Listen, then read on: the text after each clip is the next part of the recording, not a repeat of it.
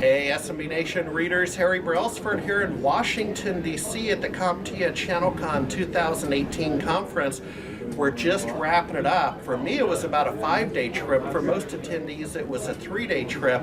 And here we have a vendor, an attendee, and a speaker, Karl Palachuk, well known to the SMB Nation community. All in sir. one here. All in one. I'll tell you, that was a humdinger of a couple of days, including the party last night at the Air and Space Museum. That was very nice. But Karl, what I like to play is tell me the top 3 takeaways from the event, things that stood out for you, and no one better than you to comment on that because you're wearing. First of all, what hats are you wearing here? Okay.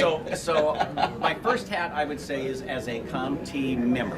Okay, you're a member. That's good. As a member, I loved the Advancing Women in IT presentations, Okay. and in particular, they've put out a new award, gave up a scholarship of $2,500 Okay. in association with Channel Pro to a young woman who's a high school student. All right. Who has invented 3 apps, including an app that's a GPS locator that you can put with people who have dementia and are wander away from nursing homes. Yeah. It sends an alert when they leave the Mom, grounds. are you listening to that? Okay. And so I have 0 apps. She's got 3 apps, and she's like 17. So she's, Well, that's a good number 1. Yes. I like that. So number 2, completely self-serving as a vendor. I'm launching my community here, Yep. and I have Fair enough. many great supporters, including Harry's going to be running one of the forums there on analytics. Yep. So Woohoo! we launched the community live from here, so that was big fun. And then the third, as sort of I guess an MSP generalist, I love there's a new emerging technology group, which you're all about the emerging technology. Yeah. I'm all about it. It's big data, it's analytics, it's all of these new things where we have so much opportunity going forward, more than we've ever had in this space, and a lot of people are not quite seeing that yet. But they've actually put out a report on the 10 most important emerging technologies. So, there's lots of ways people can make money. Yeah, and I guess my take on the CompTIA event, I'm gonna take a step away from this specific event the last couple of days, but maybe for the viewers to understand that. First of all, I always go to this conference. I've been here plus or minus 10 plus years, probably more. It's always in late July, early August, so it's actually sort of a gap in the conference schedule. They fill a very nice gap before, fishing season, right? It's time to go fish and take a little time off. But I always feel the CompTIA ChannelCon conference used to be known as, was it Acceler CompTIA? They changed the name a couple years ago. Right. Breakaway. Right, breakaway. But expectation management, here's what I mean, is that this is an unusual conference. Let's just pretend there's 2,000 people. I do not know. I'm going to offer 1,000 people are associated with vendors. So that's going to be the booths on the floor, the 5 people in the booth, that adds up to 1,000. Then, in my humble opinion, you have 1,000 attendees. And so those are military vets who are brought in, some of the younger people, some of the older people who are MSPs carrying the bag. Speak for yourself. And that's a highly unusual conference. Having been still in the events business, you typically want 10 to 1. So you want, for every vendor employee, you want 10 attendees, and it makes the vendors happy. It makes everybody happy if that's what you're trying to do. This is 1-to-1. So it's a different vibe. And Karl, I got to tell you, it took me a little while to get used to it, right? It's kind of like, well, wait a minute, this was a vendor fest. It's not. I see it as it's a chance to talk to other vendors about opportunities and let's do this, let's do that. And I don't know if you want to expand on that, but as long as you manage expectations, this is a damn good conference. Well, what's interesting is this is a place, time and time again, I've heard people say, this is where the vendors can talk to each other. Right? This is an opportunity for them to do that and to get to a layer of management that doesn't often attend these events. If you only do 4 or 5 events a year, you might not see some of the higher level people with the vendors. Right. So that's a good point. Yeah, and the other thing is that a lot of the vendors who are here to connect with each other. So even if people say, well, I'm here for sales. Well, I'm sorry, the traffic's going to be a little light at your booth. Yeah, that's I was trying to be diplomatic. It is. It's like traffic, but it's understood. It's also, it's very democratic, right? Everybody who's down there that's a vendor paid the exact same amount for their booth. So, you know, Dado or one of these big boys, they can't come in and buy an extra 17 I never thought of it that square way. feet, right? Yeah. So everybody has a table that's exactly this wide. So that sort of levels the playing field. It's almost kind of like the internet, right?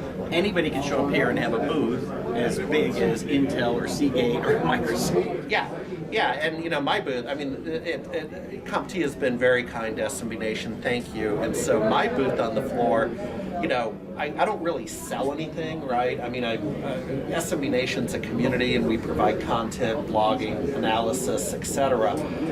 So I don't have anything to sell on the floor. So Karl, I basically turned my booth into a press lounge, right? I mean, that's actually where I worked. Right. And for me, it's that in one place at one time a year, I can see everybody, right? I can see, you know, the readers and I can see the vendors. And Karl, I don't get that. And again, with all due respect, but the Microsoft Inspire Conference, formerly known as Microsoft Worldwide Partner Conference, I still contend it's almost half international attendees, God bless them, but it's just a different vibe, and it's the big boys, right? It's the global system integrators, the Accentures and the Avanade, and they're sending a bunch of people, and it's just not my crowd. And so, yes, I go, but this is, I'll always go to this one if that makes sense. Yeah, absolutely. And then maybe why don't we wrap up maybe some of the topics du jour that we're kind of flying by. I mean, I'll just pick two that caught my attention. I thought, you know, we always say it's the year of security. This was the year of security. Okay. And what better place than Washington, D.C.? You know, the irony is cool town. Really enjoyed just kind of walking around and it's getting the vibe. cool to have the little reception at the Air and Space Museum. Yeah, yeah, it was. And then one other that stood out to me was we're starting to see some blockchain conversations. I talked to one of the panelists on the blockchain panel. So those are two for me. Any content highlights that stand out for you? Well, for me, it'd be the Internet of Things. Okay, so I had more than one conversation where people were talking about the detailed specifics of adding monitors to overhead, you know, freeway off ramps and that kind of stuff, and you know, actually monitoring things where that hasn't been a conversation in our space before. It's been going on a long time. Yeah. But now it's finally like, oh, there's a name for that, and there's a way to get involved. And one of the award and God winners, forbid we can make money out of it. I think the award winner for Best in Show was the IoT right? So, you know, it's clearly, its time has arrived. Oh yeah. It might have been a little early in the past. Final question. A few years ago you did a blog and I actually cited it to some people who came by my booth who were new to the industry, new to the show. In fact, one of them is one of the interviews, Nathan Archer's friend, that you'll see on our YouTube channel. So he's 1 month in the industry. Nathan Archer hired him up in New York, and he's formerly a security guard. But I said, well, that's fine. Career security guard, great paradigm, right? Great paradigm to bring to IT. And so with the new attendee, so Karl, with the new attendee in the blog you wrote a few years ago, you talked about coming to a show a day early, stay a day late. I actually had the benefit of coming in a day early. I did so by design. I wanted a little me time in DC.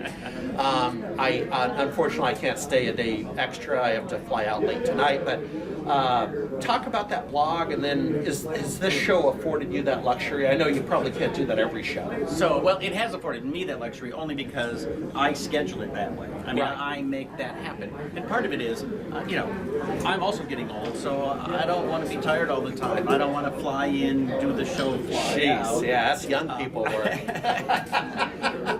But you know, I always find it interesting when I go to a basketball game and it literally, the score is 2 points apart, and in the last 3 minutes, people are walking out the door. Like, how do you miss the end of a show? Yeah. Right? How do you not go to the last events, especially if it's something you go to once a year? So Yeah. I just think it's important to be there and participate. And I also think people need to have a to-do list.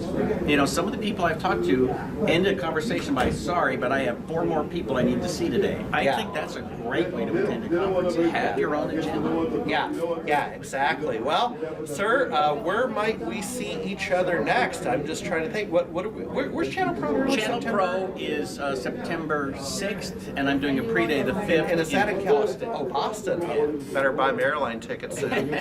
All right, so we'll see you up at Channel Pro, and then maybe you could name, do you have 1 or 2 other shows you're planning to go to? So I'm doing my own road show in Minneapolis in October, and then I'm doing the Channel Pro in November in Long Beach. I think that's That's the one I'm thinking of. And then Next Gen is in Anaheim in either late November or early December. I think they usually, traditionally they pop into December, but Karl, just for the record, where can people find out more about you and maybe more importantly the community you've created? More importantly, the community. and I'm participating in analytics. Where can they go? So I'm at smallbizthoughts.com, and that's where my blog is, and the community is at smallbizthoughts.org.